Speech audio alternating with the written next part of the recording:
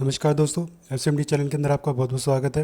दोस्तों, इस वीडियो के अंदर हम बात करेंगे प्लैटिनम इंडस्ट्रीज़ कंपनी के स्टॉक के बारे में। जैसा कि आप अपनी स्क्रीन पर देख पा रहे हैं, स्टॉक में आज के दिन यानी 17 सितंबर के दिन 11% से ज़्यादा की तेज़ी हमें देखने को मिली है। इस तेज़ी के कारण के बारे में दोस्तों इस वीडियो में हम बात करेंगे, प्लस हमारे इंपॉर्टेंट सपोर्ट और रेजिस्टेंस कहाँ पर है, शॉर्ट टर्म लॉन्ग टर्म में क्या हमारे टारगेट हो सकते हैं स्टॉक में, इन सब के बारे में दोस्तों हम बात करेंगे।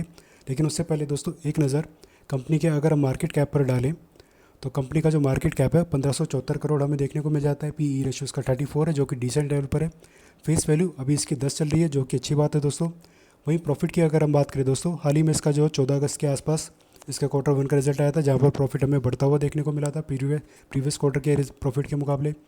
प्रोमोटर की हिस्सेदारी यहाँ पर 71% हमें देखने को मिल जाती है, लेकिन एफआईएस और म्यूचुअल फंड यहाँ पर हमें देखने को नहीं मिल रहे हैं। हालांकि कुछ प्राइवेट हेज फंड यहाँ पर थोड़ी सी हिस्सेदारी लेकर जरूर बैठे हुए हैं। अब जरा इसके चार्ट पर हम आ गए दोस्तों। चार्ट पर जैसे कि आप देख सकते हैं, आज एक गैप अप ओपनिंग हमें देखने को मिली है और सपोर्ट लेवल यानी कि डिमांड रेंज हमारे कहाँ पर है 228 से लेकर 253, ये हमारे इंपॉर्टेंट सपोर्ट लेवल है।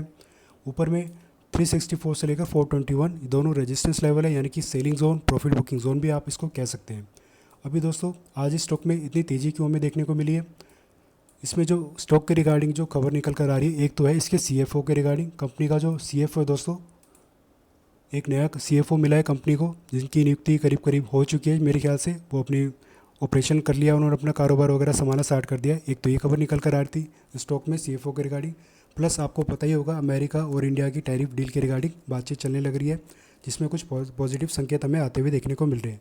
और इस कंपनी का जो कारोबार है दोस्तों, आपको पता ही होगा, जो इंडस्ट्रियल केमिकल प्रोडक्ट होते हैं उस सेगमेंट की एक कंपनी है। इस फील्ड के रिगार्डिंग केमिकल फील्ड के रिगार्डिंग जो है प्रोडक्ट से बनाकर सेल आउट करती है, इंडिया के अंदर भी और इंटरनेशनल लेवल पर भी।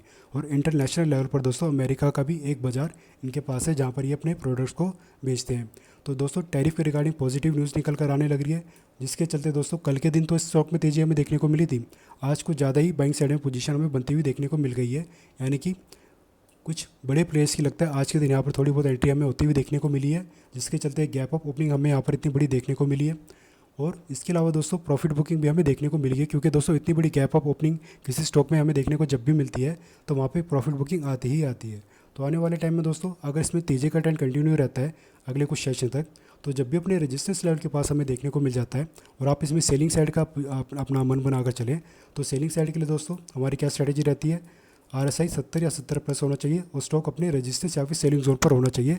और इसके अलावा दोस्तों अगर कोई बेरिश कैंडलस्टिक पैटर्न हमें यहाँ पर बनता हुआ देखने को मिल जाए, मान लीजिए शूटिंग स्टार कैंडलस्टिक पैटर्न हमें बनता देखने को मिल गया, तो इसका जो हाई होगा ऊपर, वहाँ पर आप अपना ऐसा लेकर चल सकते हैं और टारगेट 1:1 या 1:2 के हिसाब से अपने डिसाइड करके चल सकते हैं। वैसे बढ़िया टारगेट रहेगा दोस्तों, जो गैप बना है इस रेंज के आसपास तक एक करेक्शन पेंडिंग रहा है अभी। तो आने वाले टाइम में दोस्तों जब भी इसमें तेज़ी का ट्रेंड अगर कंटिन्यू रहता है, तो प्रॉफिट बुकिंग जब भी ऊपरी लेवल से आएगी तो इस गैप का करेक्शन करने के लिए सेलर्स को यहाँ तक लेकर आएंगे, तो यहाँ तक भी आप अपने टारगेट लेकर चल सकते हैं। सेम ऐसे दोस्तों अगर आपने बाइंग साइड में पोजीशन नहीं बनाई है स्टॉक में और पोजीशन आप अपनी क्रिएट करना चाहते हैं, जब भी इसमें प्रॉफिट बुकिंग आएगी और RSI इसका 25 से लेकर 35 की रेंज के आसपास आपको देखने को मिल जाए और ये स्टॉक अपने सपोर्ट या फिर डिमांड रेंज के पास हमें देखने को मिल जाए, या इस गैप के आसपास भी ये सिनेरियो बनता हुआ हमें देखने को मिले, तब यहाँ से आप इसमें बाइंग साइड में पोजीशन बनाकर चल सकते हैं। और कैंडलस्टिक पैटर्न अगर आप देखें तो मान लीजिए यहाँ पर स्प्रिंग टॉप कैंडलस्टिक पैटर्न हमें देखने को मिल गया, तो शॉर्ट टर्म वाले इसके लो पर अपना ऐसे लेकर चल सकते हैं, टारगेट 1:1, 1:2 या फिर जो हमारा ऊपर में रेजिस्टेंस है इस रेजिस्टेंस के आसपास तक आप अपने टारगेट लेकर चल सकते हैं। और लॉन्ग टर्म के लिए दोस्तों अगर आपको अपनी पोजीशन रखनी है स्टॉक में, तो कम से कम 500 के टारगेट के लिए आपको अपनी पोजीशन को होल्ड करके चलना चाहिए। अगर आपने आज के दिन इसमें बाइंग साइड में पोजीशन बनाई है या फिर निचले लेवल पर अगर आपने पोजीशन क्रिएट कर रखी है, तो कम से कम आपका टारगेट जो होना चाहिए दोस्तों 500 तक का तो एटलीस्ट होना चाहिए, क्योंकि आने वाले टाइम में दोस्तों अच्छे रिटर्न निकाल कर ये कंपनी हमें दे सकती है, इतना पोटेंशियल इस स्टॉक में हमें देखने को मिल जाता है। तो दोस्तों कुछ ये ज़रूरी जानकारी थी, कुछ लेवल से जो आपसे मुझे शेयर करने थे इस वीडियो में स्टॉक के रिगार्डिंग। अगर दी गई जानकारी आपको अच्छी लगी हो, यूज़फुल लगी हो, तो वीडियो को लाइक करना, चैनल को सब्सक्राइब करना। धन्यवाद।